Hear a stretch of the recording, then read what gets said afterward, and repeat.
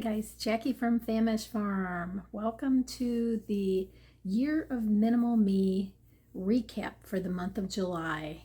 And you're here to help me stay accountable. That's where I'm going to keep track of our budget, where I'm trying to lose weight. I'll let you know about our decluttering efforts, and we'll even have a chat about mental health. And why is this important? Budget-wise, we're retired. I'm semi-retired, actually. I have a small home-based business.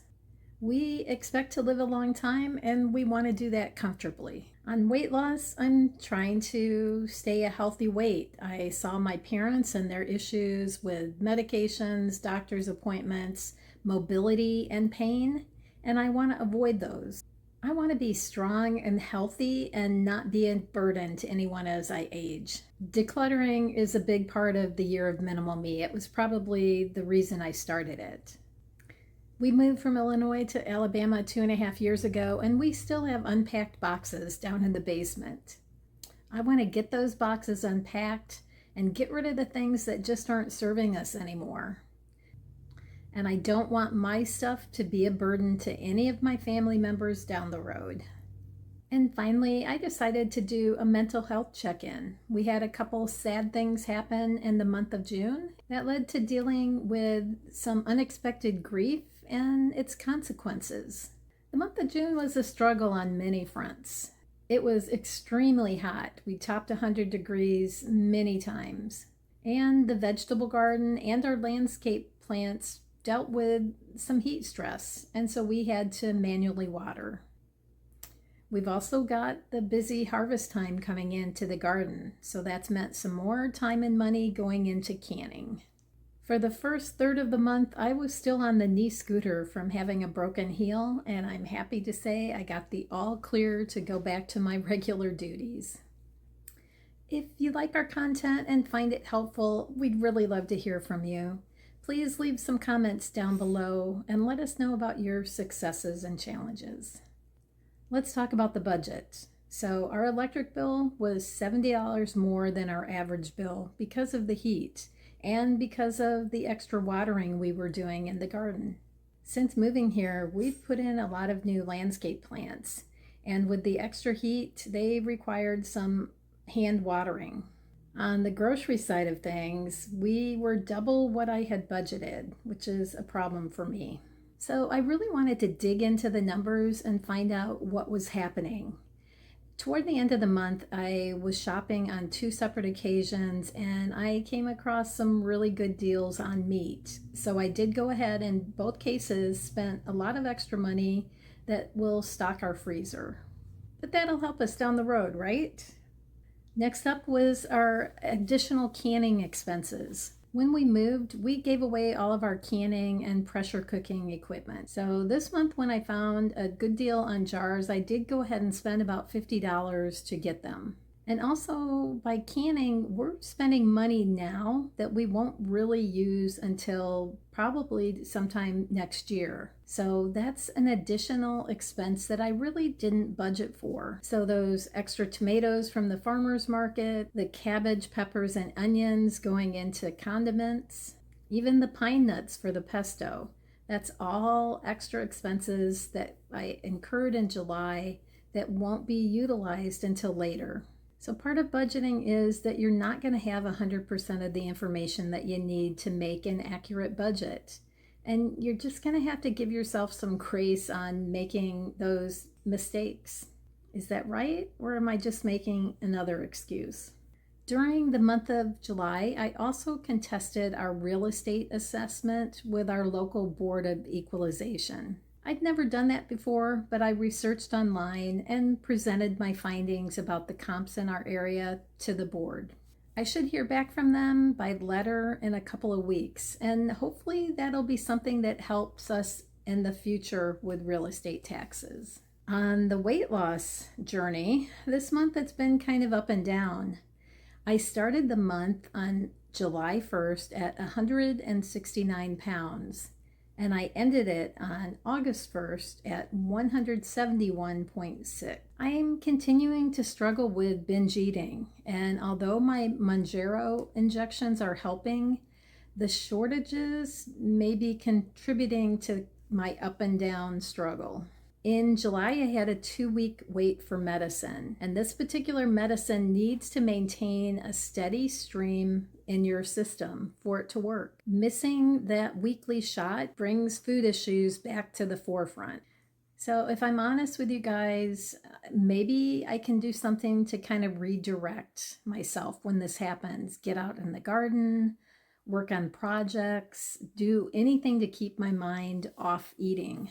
I have a to-do list that I keep all the time. And if I can just remember to look at that list when I know that this is going to be a problem, maybe I can redirect my efforts.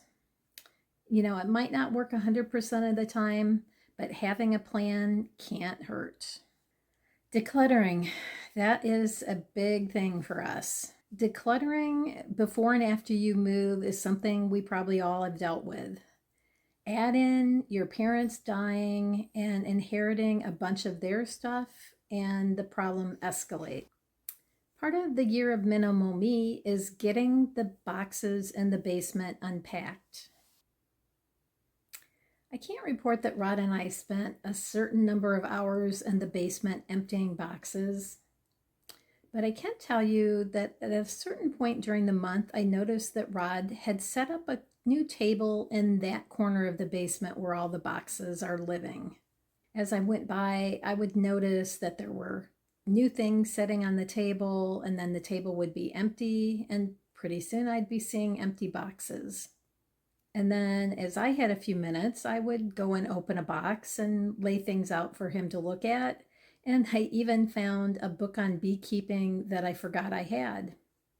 Here's a short clip that I'll show you showing our progress on the decluttering front for the month of July. So this is the corner of the basement that we've kind of moved onto. And this is a shelving unit that we brought from Illinois.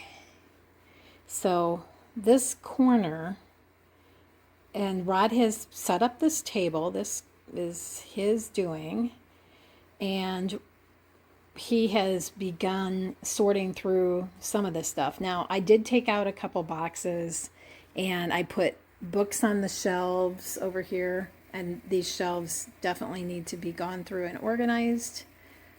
Once again, we'll get there. And then all of the empties, I'll get closer up here. So this stack of boxes are the things that got emptied in the month of July. So that is really awesome. Way to go, Jackie and Rod. And I've got to say that the decluttering gets easier. These emotional items, it just gets easier the more you do it. And the feeling of freedom that you get from purging items that you just don't have a use for anymore is really great. The last part of the year of minimal me is the mental health component. Just where is my head at? Getting off the knee scooter and having my full mobility back was a huge thing. We did suffer another loss of a family member this month. He was a younger family member that we don't really have a lot of contact with other than through social media, but we did just get to see him at the funeral we went to in June.